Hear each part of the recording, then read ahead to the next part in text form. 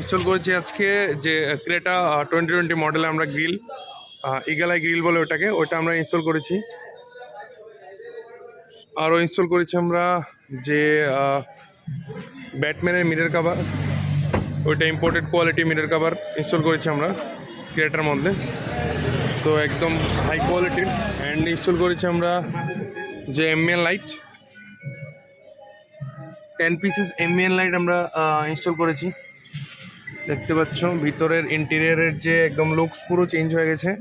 আমাদের 10 পিসের আছে। সো এটা হলো পিছনের। তো পিছন থেকে আমি দেখিয়ে দিচ্ছি কীরকম লাগে।